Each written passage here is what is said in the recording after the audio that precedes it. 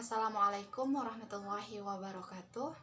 Kembali lagi dengan saya Rekno Sri Wahyuni sebagai mahasiswi dari IAIN Batu Sangkar dengan jurusan Tadris Kimia dan dengan NIM 2130110014. Untuk kesempatan kali ini kita akan membahas mengenai sifat kimia dan sifat fisika. Yang pertama yaitu tujuan praktikum.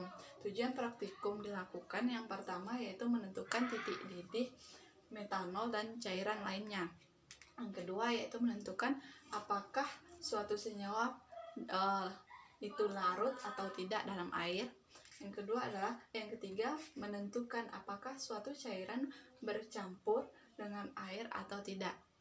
Yang keempat adalah menentukan apakah suatu zat mengalami perubahan kimia atau perubahan fisika. Yang kedua adalah landasan teori. Landasan teorinya adalah salah satu cara untuk menggolongkan materi adalah berdasarkan sifat-sifat fisika dan sifat kimianya. Sifat ini dapat dibagi menjadi dua golongan, yaitu sifat homogen atau serba sama, yaitu yang mempunyai sifat kimia dan fisika tetap. Yang kedua yaitu heterogen, yaitu atau serba aneka, yaitu tidak mempunyai sifat tetap. Nah, pada bagian ini ya, yang pertama ada materi. Materi ini dibagi menjadi dua. Yang pertama homogen atau serba sama, kedua serba aneka atau heterogen. Yang mana homogen ini dibagi juga menjadi dua, yaitu zat murni dan larutan. Zat murni ini dibagi menjadi dua, yaitu senyawa dan unsur. Dan heterogen dibagi menjadi satu, yaitu campuran. Sifat-sifat fisika merupakan sifat zat yang dapat diukur atau diamati tanpa senyawa mengalami perubahan komposisi. Sedangkan sifat kimia adalah sifat yang dapat diukur atau diamati bila zat mengalami perubahan komposisi, di mana harus berlangsung reaksi kimia. Contohnya yaitu besi berkarat, kayu terbakar, hidrogen meledak, dan uranium meluruh secara radioaktif. Yang ketiga adalah peralatan dan bahan. Yang pertama peralatan, yaitu 1 kawat kasa, 2 gelas piala, 3 termometer, 4 batu didih, 5 tabung reaksi, 6 rak tabung reaksi, 7 cawan penguap, 8 pipet tetes, 9 gelas ukur, 10 kawat tembaga, 10 cm. Selanjutnya yaitu bahan kimia. Bahan kimia yang akan kita gunakan yaitu metil alkohol CH3OH, zinc powder NaHCO3, sukrosa kristal C12H22O11, aseton CuSO45H2O, kapur barus, es batu, air suling. Selanjutnya prosedur. Yang pertama untuk titik didih. Letakkan gelas piala di atas kasa, masukkan 100 ml air ke dalam gelas piala dan didihkan.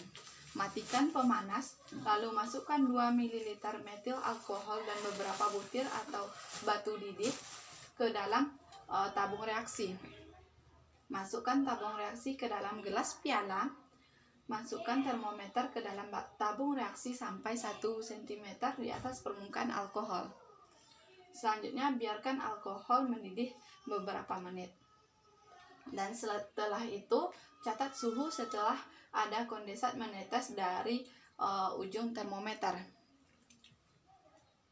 Yang kedua yaitu kelarutan, yaitu masukkan 5 ml air suling ke dalam 2 tabung reaksi dan masukkan zinc powder ke dalam tabung reaksi yang pertama dan sukrosa ke dalam tabung yang kedua dan kocok beberapa menit. Setelah itu catat apakah senyawa larut atau tidak. Yang ketiga adalah pencampuran, yaitu masukkan masing-masing 5 ml air ke dalam 2 tabung reaksi, masukkan beberapa tetes metil alkohol ke dalam tabung 1 dan beberapa tetes aseton ke dalam tabung yang lain. Lalu kocok dan amati apakah cairan saling bercampur atau tidak. Yang keempat adalah pemanasan unsur. Yang pertama yaitu ambil sepotong kawat tembaga, panaskan sampai merah, kemudian dinginkan. Amati perubahan yang terjadi, apakah itu perubahan fisika atau perubahan kimia.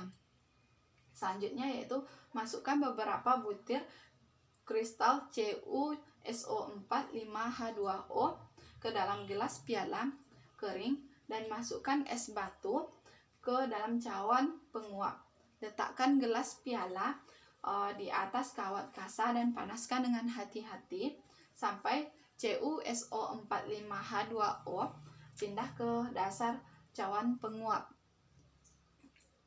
Lalu perhatikan perubahan apa yang terjadi, apakah itu perubahan fisika atau perubahan kimia. Selanjutnya yaitu ambil sebutir kapur barus, lalu panaskan kemudian dinginkan. Lalu amati perubahan yang terjadi, apakah itu perubahan fisika maupun perubahan kimia. Nah, sekian penjelasan saya mengenai sifat kimia dan sifat fisika. Sampai jumpa lagi di video selanjutnya. Assalamualaikum warahmatullahi wabarakatuh.